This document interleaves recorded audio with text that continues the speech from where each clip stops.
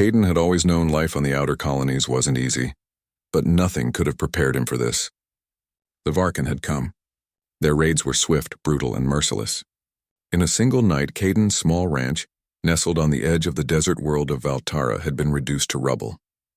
His crops were burned to the ground, his livestock slaughtered, and his life as a rancher was left hanging by a thread. He had been outnumbered, caught off guard by their sudden attack. Now his body was battered and bruised, his wounds seeping blood onto the dry earth.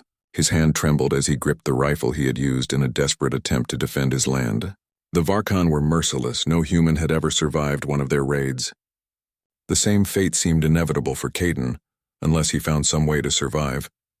But survival was a long shot. Caden staggered through the wasteland, his vision blurry from the pain. He couldn't go far. The Varkan were still out there.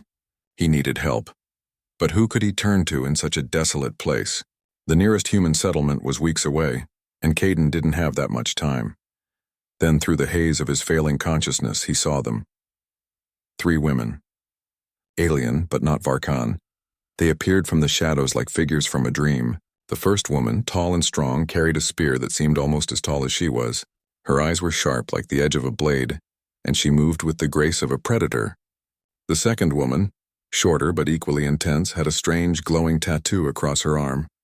Her dark hair flowed behind her like a dark river, and she held a strange bundle of herbs, which she clutched as though they were her most precious possession. The third woman, smaller in stature but with an air of quiet power, had a bow slung across her back, and her eyes scanned the terrain with an intensity that suggested she knew danger like the back of her hand.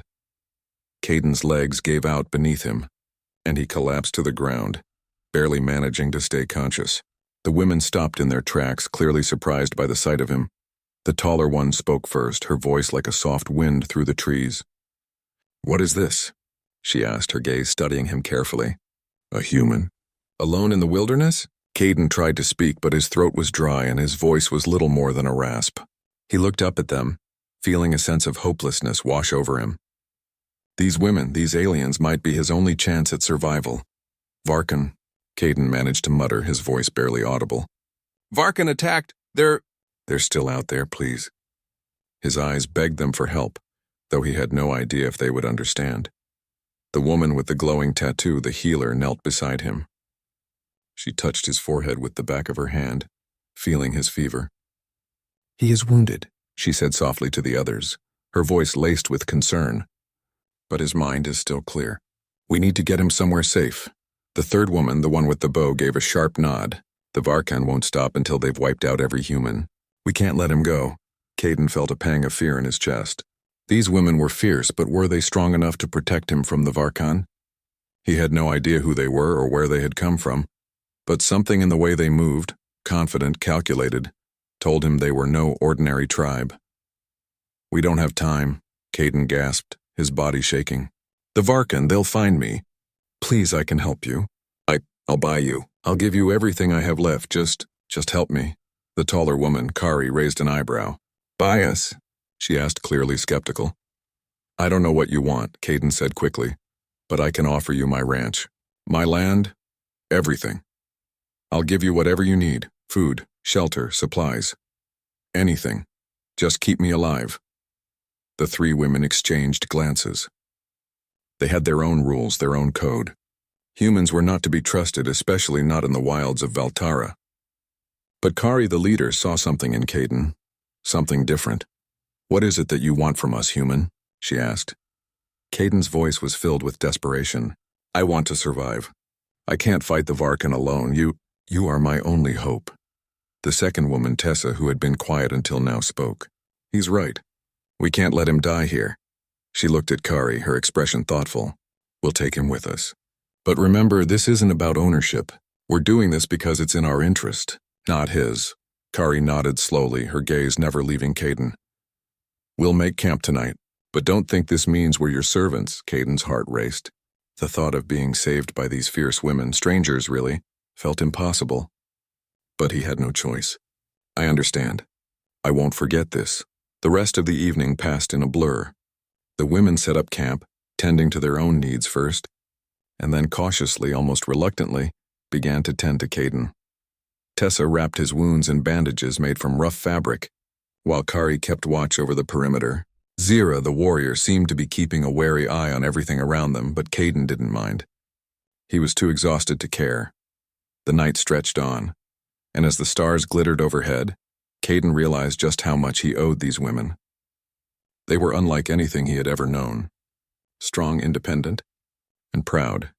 Yet there was something in their eyes that made him feel like they, too, were survivors of a world that didn't care about them. Kari sat by the fire, her eyes reflecting the flames. "Tomorrow we head east," she said quietly. "The Varkan are hunting us. We'll make our way to the old ruins where they can't find us, but you're coming with us." "No questions." Caden nodded weakly. "Thank you." "I don't know what I would have done without you." Zira shot him a glance. "You should be more careful with your words, human. We don't do favors. We do what we must to survive. If you think this is kindness, you're wrong." Caden swallowed. "I didn't mean to insult you," he said quietly. I'm grateful. More than you know." Tessa smiled softly, a warmth in her expression that was a stark contrast to Zira's hard gaze. "We know," she said simply. As the night passed, Caden finally allowed himself to rest, knowing that he had, for now, found unlikely allies in the most dangerous of places. Tomorrow would be another battle, but for the first time, he had a chance. The morning sun rose slowly over the horizon, casting a soft orange glow across the barren land. Caden woke up with a start, his body aching from the previous day's battle. His wound still throbbed, but the pain was dull now, a reminder of just how close he had come to death.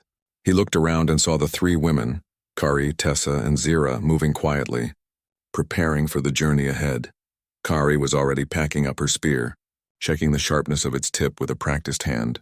Tessa was gathering herbs and plants, carefully putting them into a pouch. Zira was scanning the surroundings with the calm vigilance of a predator, her bow slung across her back. Caden had never seen anything like it. These women were warriors in a way that he could never understand, living on a planet that had taught them to survive by any means necessary. Caden sat up slowly, wincing at the sharp pain in his side. Tessa glanced over and saw his struggle. She walked over to him, her movements graceful yet purposeful. "You need more rest," she said, kneeling beside him. "You won't make it far if you keep pushing yourself like this." "I can't rest," Caden replied quietly, his voice hoarse. "The Varkan are out there. They'll find us if we stay in one place too long. We need to move." Tessa studied him for a moment, then nodded. "Fine, but don't push yourself too hard. You'll only slow us down." Caden nodded, though he wasn't sure if he believed her. But the idea of being caught by the Varkan was worse than anything he could imagine. He had to keep moving. There was no other option. The women finished their preparations and began to move out. Kari led the way, her steps steady and confident. Zira followed closely, keeping her eyes alert. Tessa brought up the rear, glancing back at Caden every so often to make sure he was keeping up. The landscape of Valtara was harsh, a mix of desert dunes and jagged rocks with little shelter from the burning sun. The air was dry and the winds carried sand that stung against the skin. Caden's throat felt parched and his stomach growled with hunger. But he didn't complain, not in front of these women. They didn't need his weakness slowing them down. As they traveled, Caden tried to learn from them. Kari's leadership was impressive. She didn't speak much, but her actions spoke louder than words. Every move she made was deliberate, every decision calculated. She knew how to read the land and the sky, predicting the weather and potential dangers with an ease that amazed him. Zira, ever the silent warrior, was quick to spot any movement in the distance, always ready with her bow to protect the group. And Tessa, the healer, was calm in the face of danger, always thinking a few steps ahead. Caden had no idea how they had survived for so long in such a brutal world, but he knew one thing for sure. He would never have made it this far without them. By midday, the heat had become unbearable. Caden's energy was fading and he was struggling to keep up. He could feel the weight of exhaustion pressing down on him. His body was no longer responding the way it used to, and he knew it was only a matter of time before he collapsed. "We need to rest," Caden said between labored breaths. I can't go much farther." Kari stopped and turned to face him. Her eyes were cool, but there was no judgment in them. "We rest for 10 minutes, she said, her voice firm. "Then we move on." Tessa looked at Caden with concern, but she didn't argue. "Let's make it quick," she said, dropping to the ground and pulling out a small container of water. She handed it to Caden and he drank greedily, feeling the cool liquid soothe his dry throat. As they rested, the silence between them was thick, broken only by the occasional rustle of the wind. Caden could feel the weight of his situation. He was far from home, surrounded by strangers, and yet these women had chosen to help him. He still didn't fully understand why. They had no reason to, and yet they had taken him in. It was a bond he couldn't explain, but it was there. And it was strong. After 10 minutes, Kari stood up and signaled for them to move out. Caden forced himself to his feet, gritting his teeth against the pain. He had to keep going. The Varkan would be hunting them soon. They walked for hours, the heat of the day taking its toll. But as the sun began to set, the desert took on a different feel. The air cooled, and the landscape transformed into something almost beautiful. In the distance, the ruins of an ancient city rose from the earth, a remnant of a long-forgotten time. The women moved with purpose toward the ruins, and Caden followed, his body growing heavier with each step. When they reached the outskirts of the ruins, Kari stopped and turned to face the group. "This is where we make our stand," she said, her voice unwavering. "The Varkan won't expect us here. We'll use the terrain to our advantage." Caden nodded, though he had no idea what kind of advantage ruins could offer in a battle. The structures around them were crumbling, with walls that barely stood upright and towers that had long since fallen. But there was something in Kari's eyes, something that told him she had a plan. The women set to work, preparing the area for defense. Zira moved to the highest point, using her bow to scout the horizon. Tessa gathered supplies from the ruins, looking for anything that could be used to help them fight. Kari began to map out their positions, directing the group with authority. Caden, feeling useless, sat against a crumbling wall, trying to catch his breath. His body was at its limit, but he knew that he couldn't let the women do all the work. They were strong, but they needed him too. He had to contribute in some way. As the last light of day faded into night, the air grew tense. The women were ready. Caden could feel the weight of what was coming, but he didn't back down. They had come this far together. He wasn't going to fail them now. Suddenly, a distant sound broke the silence, the unmistakable hum of Varkan ships. They were coming. Kari raised her hand, signaling for everyone to take their positions. Zira, her eyes sharp as ever, crouched low, her bow ready. Tessa moved quietly, disappearing into the shadows to tend to her medicinal supplies. Caden, his rifle in hand, took his place next to Kari. The Varkan arrived in force, their ships dark against the starry sky. The first wave of soldiers disembarked, their hulking figures moving toward the ruins, but they were not prepared for what awaited them. Kari's plan was simple: use the ruins as cover and force the Varkan into a trap. With her quick thinking and the help of her tribe, they ambushed the first wave, catching the Varkan off guard. Zira's arrows flew fast, taking down one enemy after another, while Tessa's knowledge of the land allowed them to outmaneuver the Varkan at every turn. Caden, though weak, fought with everything he had. His hand shook as he fired his rifle, but his aim was true.